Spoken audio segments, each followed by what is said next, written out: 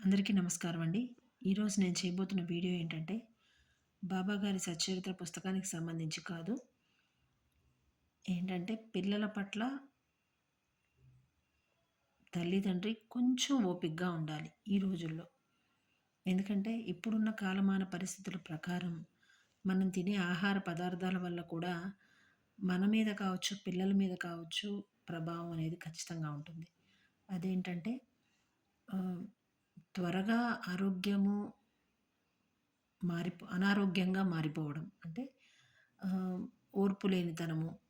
అలాగే ఈ ఎలా అంటే ఇప్పుడు మన షుగర్, బీపీ ఇలాంటి వాటిలాగానే కొద్ది కొద్దిగా మన మనకున్న ఓపిక కూడా నశించిపోవడము అలాంటివి జరుగుతూ ఉన్నాయి.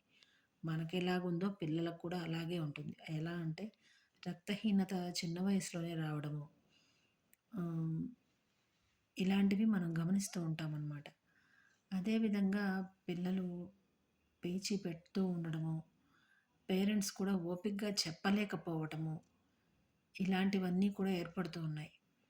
అలాంటి వాటిని కొంచెం ఓపికగా డీల్ చేసుకోవాలి. చిన్న పిల్లలున్న పేరెంట్స్ అయితే 10 సంవత్సరాల లోపు ఉండే వాళ్ళ పిల్లల పేరెంట్స్ అయితే కొంచెం ఓపికగా ఉండే తీరాలి. తప్పదు. వాళ్ళకి ఆహ్, వాళ్ళకి ఇంట్లో ఉండే పెద్దవాళ్ళు ఎవరైనా హెల్ప్ చేయాలి. ఆ పేరెంట్స్‌కి ఇంట్లో ఉండే పెద్దలు ఉంటూ ఉంటారు. బామ్మలు, అమ్మమ్మలు అలాంటి వాళ్ళు కొద్దిగా హెల్ప్ చేయాలి.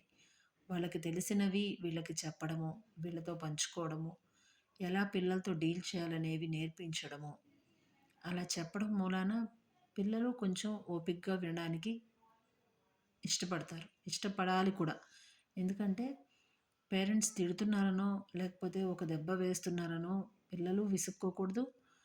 పిల్లలు వినట్లేదు అని వాళ్ళ మీద అరవటం లాంటి పనులు చేయకూడదు. కొంచెం ఓపికగా వెయిట్ చేయాలి. తప్పదు అన్నప్పుడు మాత్రమే వాళ్ళ మీద అంటే ఒక దెబ్బ కొట్టే ప్రయత్నం చేయాలి తప్ప, అంతకు మించి చీటికి మాటికి వాళ్ళని కొట్టడం అనే పని ఈ రోజుల్లో చేయకూడదు. అలా చేయడం అనేది పిల్లలకి, పేరెంట్స్‌కి ఇద్దరికీ కూడా రిలేషన్ అనేది కొంచెం పాడయ్యేలా చేస్తుంది. అలా దయచేసి చేయకండి. కొంచెం ఓపికగా పిల్లలు ఉండాలి తప్పదు. పేరెంట్స్ కూడా ఉండి తీరాలి. ఈ రోజుకైతే ఇంతేనండి. నమస్కారం.